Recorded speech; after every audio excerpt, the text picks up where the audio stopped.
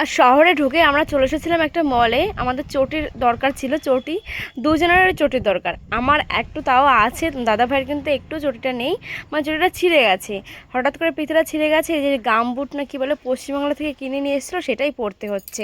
আর মিষ্টির দোকানে যেহেতু সবসময়ের জন্য জলের কাজ করতে হয়, সেজন্য কিন্তু ওই চটিটা পরাটা সম্ভব না।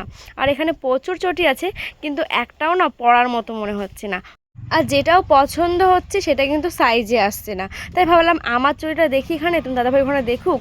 এদিকে দেখছি আমারও কোনো বাড়ি পড়া চটি না, আর যেটাও পছন্দ হচ্ছে সেটা প্রচুর দাম। এই চটিটা দেখলাম 350 টাকা দাম। বলো বাড়ি পড়া চটি কি 350 টাকা দিয়ে নেওয়া উচিত? আমার কাছে তো মনে হয় না যে আমি পরতে পারবো 350 টাকা দিয়ে বাড়ি পড়া চটি। আমার কাছে ঠিক মনে হয়নি, সেজন্য আমরা নিইনি। আর যার যেটা পছন্দ হয়, কিন্তু আমার কাছে দামটা একটু বেশিই মনে হচ্ছিলো বাড়ি পড়া চটিটা। আর এই অ্যাশ কালারের চটিটা তুমি দাদাভাই পছন্দ হচ্ছিলো, কিন্তু ওইটাও অনেকটাই দাম। আর দামের থেকেও বড় কথা, ওটা ছোটো হচ্ছে সাইজে।